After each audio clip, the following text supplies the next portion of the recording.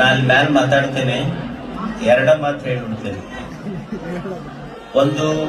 ಒಂದು ಬದುಕು ಸಾರ್ಥಕ ಆಗಬೇಕಾದ್ರೆ ಮನುಷ್ಯ ಏನು ಮಾಡಬೇಕು?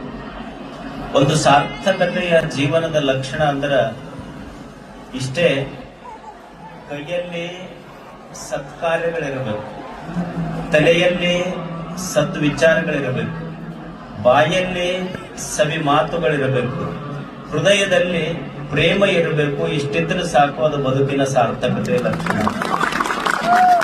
ಇಷ್ಟ ನೆನಪಿಡಿ, ತಲೆಯಾಗ ಚಲೋ ವಿಚಾರ ಇರಬೇಕು, ಕೈಯಾಗ ಚಲೋ ಕೆಲಸ ಇರಬೇಕು, ನಾಲ್ಗೆ ಮ್ಯಾಲ ಚಲೋ ಮಾತಿರ್ಬೇಕು, ಎದ್ಯಾಗ ಪ್ರೇಮ ಇರಬೇಕು. ಇಷ್ಟಿದ್ದು ಬಿಟ್ರ ನಾವು ಗವಿಸಿದ್ದ ಪಂಚನ ಗದ್ದಿಗೆ ಹೋಗಿ ದೀಪ ಹಚ್ಚೋದು ಬೇಕಾಗಿಲ್ಲ. ಇಷ್ಟಿದ್ರ ಅವನ ಬಂದು ನಿಮ್ಮ ಮನೆಯ ಜಗಲಿಯ ದೀಪ ಆಗಿ ನಿಮ್ಮ ಮನ್ಯಾಗ ಸದಾ ಇರ್ತಾನ. ಮನೆಗೆ ಎಲ್ಲ ಬಹಳ ಭಕ್ತರು ಸೇರಿದಿರಿ.